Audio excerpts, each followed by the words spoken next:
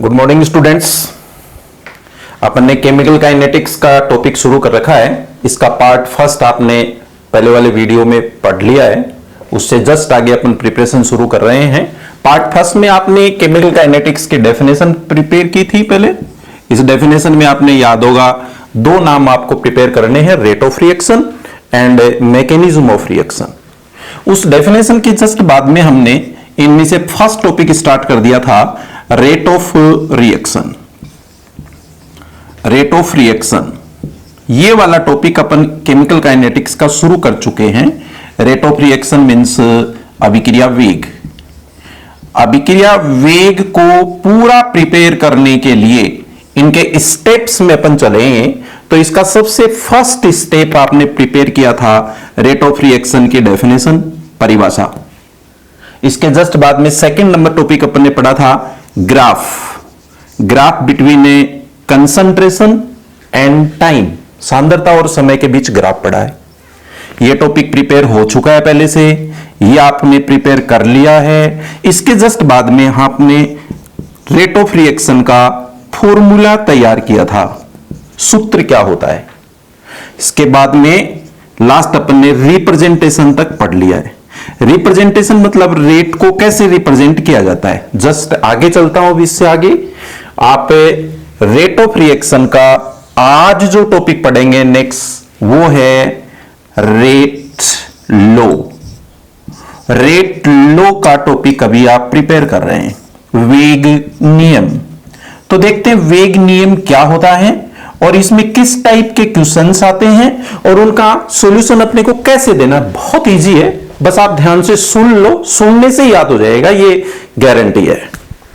मान लें कि अपने पास में कोई एक रिएक्शन है, ए कन्वर्ट इनटू बी। ए रिएक्टेंट है और बी प्रोडक्ट है।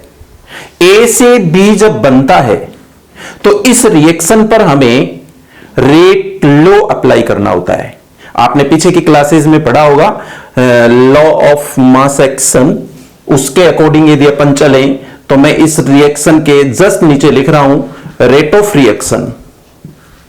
रेट ऑफ रिएक्शन अभिक्रिया का वेग इज डायरेक्टली प्रोपोर्शनल टू, समानुपाती होता है, रिएक्टेंट की कंसंट्रेशन। यहां रिएक्टेंट कौन है, बोलो ए की कंसंट्रेशन। जब आप इस प्रोपोर्शनल को हटाएंगे तो आप यहां कोई भी एक कांस्टेंट लेंगे, rate of reaction is equals to K concentration of reactant.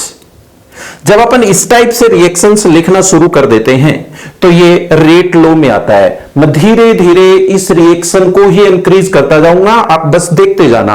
अब मान लेते हैं कि अपने पास रिएक्शन ये नहीं है, रिएक्शन है अपने पास में A plus B is equals to C plus D. अब बताओ रिएक्टेंट कौन कौन है, बोलो रिएक्टेंट है A एंड B, क्रियाकारक A और B है। तो इस पर अपने को रेट लो अप्लाई करना है।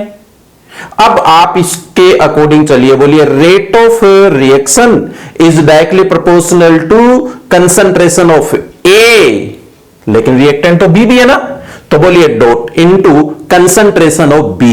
A और B दोनों रिएक्टेंट हैं तो आप इसका मल्टीप्लीकेशन बोलेंगे product of concentration of reactant. मान लेते हैं इस इक्वेशन के जस्ट नीचे मैं यहां पर B भी नोट कर रहा हूं। मान लेते हैं कि A और B की नंबर्स अलग अलग हैं। Suppose 2 moles of A and 3 moles of B। ऐसी सिचुएशन में आप रेट ऑफ रिएक्शन कैसे अप्लाई करेंगे, याद रखना नंबर ऑफ रिएक्टेंट्स रेट लो में यहां एक्सपोनेंट के रूप में रिप्रेजेंट किए जाते हैं, पावर के रूप में चले जाते हैं। A की पावर 2 एंड B की पावर 3। यदि इस टाइप से अपन रिएक्शंस लिखना शुरू कर देंगे तो वो रेट लो होगा। हो सकता है आपको कुछ और एग्जाम्पल की जरूरत हो, मैंने एक बार ये हटा दिया, एक बार फिर से अपन ने लिखा। सपोज अपने पास में रिएक्शन है 3A plus 4B is equals to product. इस रिएक्शन पर अपने को रेट लो अप्लाई करना है। तो रेट लो कैसे लिखूं, बोलिए rate is equals to K A की पावर यहां पर एक बार नोट कर दूं मैं 3 और बी की पावर नोट कर दूं 4। जो नंबर ऑफ रिएक्टेंट्स देख रहे हैं वो पावर में जाएंगे, लेकिन रेट लो जब अपन प्रैक्टिकली कैलकुलेट करेंगे, आगे का टॉपिक पढ़ेंगे, तब इसमें अपने आप यहां पर नंबर्स आएंगे, वो एक्सपोनेंट करने हैं, वो मैं आपको थोड़ा सा आगे चलेंगे तब एक्सप्लेन करूंगा। ये रेट लो हो गया। सपोज आपके पास में कोई रिएक्शन है Na plus NB is equals to product. आप इस रिएक्शन पर रेट लो अप्लाई करिए, तो बोलिए rate of reaction is equals to K, A की पावर यहां पर हो गई N1 और बी की पावर हो गई है N2, बी की पावर N2। इस टाइप से जब अपन रेट लिख देते हैं तो इसको बोलते हैं रेट लो। ये क्यों बता रहा हूं, अब आते हैं अपन उस बात पर। आपको रेट लो पर कोई भी एक छोटा सा न्यूमेरिकल टाइप क्वेश्चन मिल सकता है। ये मैंने स्टार का चिन्ह डाला है, इसका मतलब है कि आपको यहां पर एक बार दोबारा फोकस्ड होना है। किस टाइप के क्वेश्चन होते हैं उनको सीखना। अगला अपने को बोलेगा कि suppose A plus 2B is equals to product. एक रिएक्शन है जी, A प्लस 2B प्रोडक्ट बना रहा है। कंडीशन दे रहा है नीचे, अगला वो कह रहा है if the concentration of both reactant, दोनों रिएक्टेंट की कंसंट्रेशन डबल कर दी जाए, डबल्ड, तब आप बताइए कि रेट कितनी हो जाएगी। इस टाइप के अनेकों क्वेश्चन बन सकते हैं, अनलिमिटेड। आप बोलिए आपके पास क्वेश्चन क्या है, A plus 2B gives product. इसके अंदर वो चेंज क्या कर रहा है, A की कंसंट्रेशन को डबल कर रहा है और B की कंसंट्रेशन को डबल कर रहा है। तब हमें रेट बतानी है, तो आप रेट लो अप्लाई करिए यहां और बोलिए इस रिएक्शन पर रेट कैसे लिखी जाएगी। बोलो रेट इज इक्वल्स टू के, A की पावर 1 और B की पावर 2 अकॉर्डिंग टू रिएक्शन। ये हमने रेट लो अप्लाई कर दिया। अब बताओ वो क्या कंडीशन दे रहा है, बोलिए if concentration of both reactants, दोनों की कंसंट्रेशन को क्या कर रहा है, डबल कर रहा है। मींस ए की कंसंट्रेशन भी डबल कर रहा है और बी की कंसंट्रेशन भी डबल कर रहा है। तो मैं कंसंट्रेशन को क्वेश्चन के अकॉर्डिंग डबल करके बता रहा हूं और बोलूंगा 2। ए की कंसंट्रेशन को 1 के बजाय कितना कर दिया, 2। पावर कितनी है ऑलरेडी 1, और बी की कंसंट्रेशन को भी कितना कर दिया, 2, डबल। लेकिन इसकी पावर कितनी है, बोलो 2।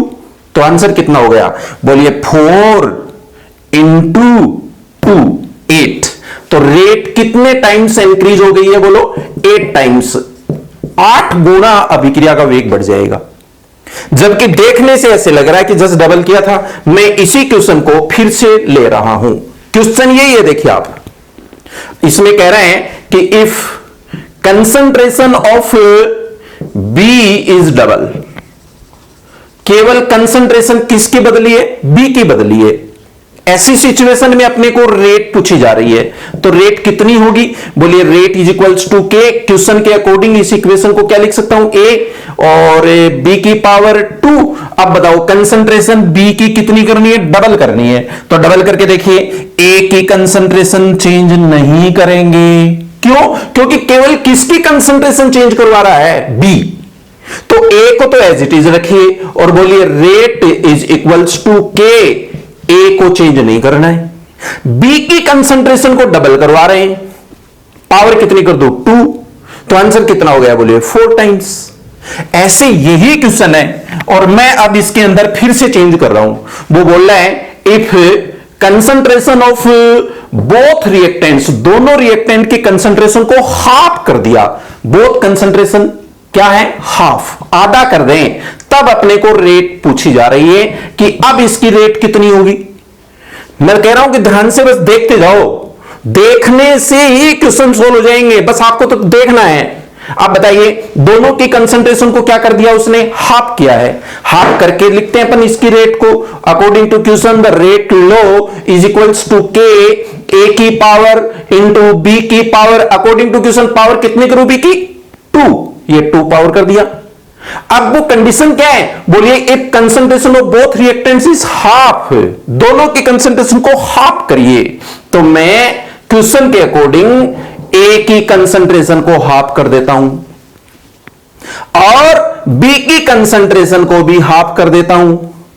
बी की कंसंट्रेशन पावर कितनी करूं, 2, और ये पावर है 1। जो भी आपका यहां पर आंसर आ रहा है वो आंसर हो गया है। इसलिए याद रखिए कि आपको ऐसा कोई भी एक क्वेश्चन दिया जाएगा, उस क्वेश्चन में पूछा जाएगा, कहा जाए, कंडीशन दी जाएगी कि इसकी कंसंट्रेशन में ये चेंज है, इसकी कंसंट्रेशन में ये चेंज है, अब रेट कितनी है। इसलिए ये टॉपिक थोड़ा सा इंपॉर्टेंट बन जाता है। तो आप रेट लो समझ चुके होंगे, मैं ऐसा समझता हूं। आप अभी पढ़ रहे हैं rate of reaction. Rate of reaction में अपन ने 1 2 3 4 5 टॉपिक तक प्रिपेयर कर लिए हैं। इसके जस्ट आगे चलता हूं, रेट लो से जस्ट अगला टॉपिक है रेट कांस्टेंट। रेट कांस्टेंट जिसको अपन के से रिप्रेजेंट करते हैं। रेट कांस्टेंट को ही हम एक दूसरा नाम और बोलते हैं, इसको आप हमेशा पढ़िए, specific rate of reaction. Specific rate of reaction, specific यानी विशिष्ट, विशिष्ट रेट ऑफ रिएक्शन, अभिक्रिया वेग। ये हमें वेग नियतांक, वेग स्थिरांक का टॉपिक पढ़ना है जो के से रिप्रेजेंट किया जाता है। क्या क्या पढ़ेंगे इसमें, एक तो आपको इसके डेफिनेशन आनी चाहिए, इसकी यूनिट का डेरिवेशन आना चाहिए। ये बोर्ड एग्जाम के क्वेश्चन आया हुआ है और उस डेरिवेशन पर कॉम्पिटिटिव एग्जाम में क्वेश्चन बनते हैं। तो मैं रेट कांस्टेंट एक्सप्लेन कर रहा हूं, इसको प्रिपेयर कर लो। यहां से एक बार मैं जस्ट इसके आगे से टॉपिक शुरू कर रहा हूं। रेट कांस्टेंट के क्या होता है, इसकी डेफिनेशन कैसे बनाएंगे। सपोज अपने पास रिएक्टेंट है ए और वो किस में कन्वर्ट हो रहा है, प्रोडक्ट में। ए कन्वर्ट इनटू प्रोडक्ट्स। मैं इसके जस्ट नीचे लिख रहा हूं अकॉर्डिंग टू रेट लो। आप बताइए इस पर रेट लो कैसे अप्लाई होगा, बोलो। रेट लो अभी अपन ने पढ़ा है, बोलो rate of reaction is directly proportional to the concentration of reactant. So according to rate law, rate of reaction, अभिक्रिया का वेग समानुपाती होता है किसके, क्रिया कारक की सांद्रता के, रिएक्टेंट की कंसंट्रेशन के। कितने नंबर से मोल है, 1, इसलिए पावर हो गई 1। मैंने प्रोपोर्शनल को हटा दिया, हटा करके यहां पर एक कांस्टेंट डाल दिया के इंटू ए की कंसंट्रेशन। इस इक्वेशन को आप देखिए ध्यान से, इसमें आपको एक कांस्टेंट दिख रहा है के। ये के कांस्टेंट हम क्या पढ़ेंगे यहां पर, के को बोलो rate constant, specific rate of reaction. इस के की डेफिनेशन बनानी है हमें, तो के को कैसे डिफाइन करेंगे, इसके लिए मैं इसके नीचे एक कंडीशन डालता हूं। If the concentration of reactant, concentration of reactant, कौन है रिएक्टेंट, बोलो ए। कंसंट्रेशन को ऐसे लिखा जाता है, ए की कंसंट्रेशन। मैं इमेजिन कर दूं, एक बार बता दूं, कल्पना कर ले अपन, मान लेते हैं कि कंसंट्रेशन यूनिट 1 है। देखो बड़े ब्रैकेट में ये जो ए है इसको अपन ने 1 मान लिया, तो कौन किसके इक्वल बच गया, बोलिए। तब रेट ऑफ रिएक्शन किसके इक्वल बच गया, के। यही तो डेफिनेशन है। आप यहां कंडीशन डाल दीजिए और कह दीजिए if the concentration of reactant is unit, then rate of reaction is equal to rate constant। यदि क्रिया कारक की सांद्रता इकाई है तो अभिक्रिया के वेग को ही वेग नियतांक बोलेंगे, अभिक्रिया का वेग ही वेग नियतांक के बराबर होगा। ये वेग नियतांक रेट कांस्टेंट की डेफिनेशन बन गई है। आप इस डेफिनेशन के साथ साथ में इसकी यूनिट भी डेराइव करेंगे, तब ये एक क्वेश्चन बनेगा आपका कुल, what is the rate constant, explain the unit of rate constant. इसलिए मैं थोड़ा सा आगे चलता हूं, ये हेडिंग दोबारा से लिखता हूं, रेट कांस्टेंट। अभी प्रिपेयर कर रहे हैं अपन टॉपिक रेट कांस्टेंट के। रेट कांस्टेंट के की यूनिट और डेफिनेशन 2 टॉपिक पढ़ना था, हमने अभी अभी इसको डेफिनेशन में पढ़ा है और अब मैं इसकी यूनिट डेराइव कर रहा हूं। तो k की यूनिट डेराइव करने के लिए हमने फिर से एक बार इक्वेशन मान लिया है। Suppose n1a plus n2b is equals to product n1 number of moles of a, n2 number of moles of b। ये प्रोडक्ट में कन्वर्ट हो रहा है। आप इस पर according to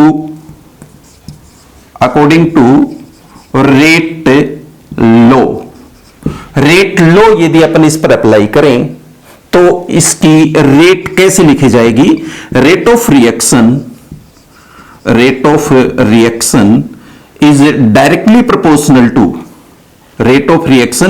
proportional to concentration of reactant. But reactant कितने type के? 2।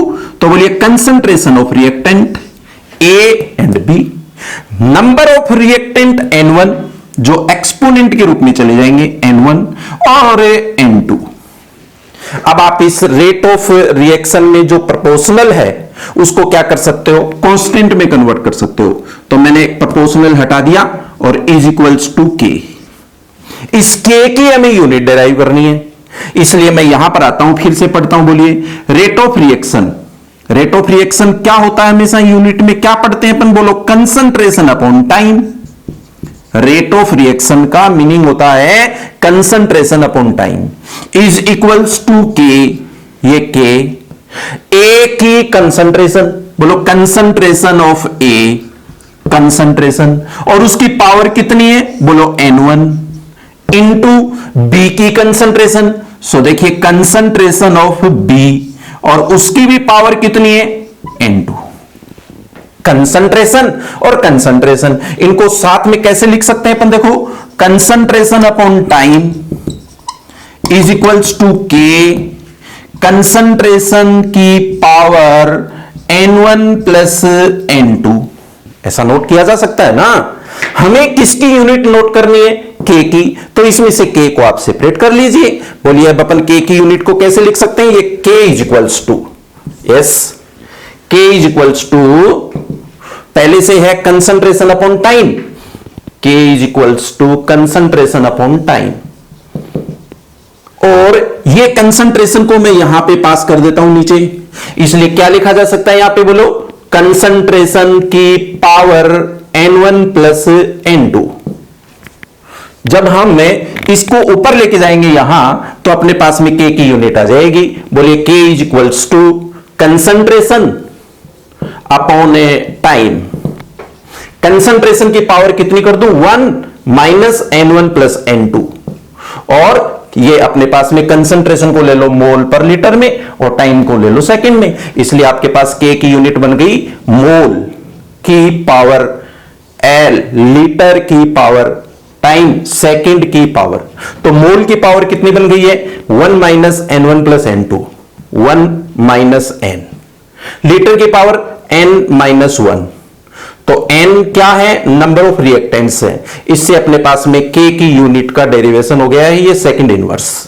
यहां k इज इक्वल्स टू मोल की पावर 1 माइनस n, लीटर की power n minus 1 and second inverse. Okay, आपके समझ में आया होगा। रेट कांस्टेंट तक का टॉपिक कंप्लीट हो गया है। Thank you.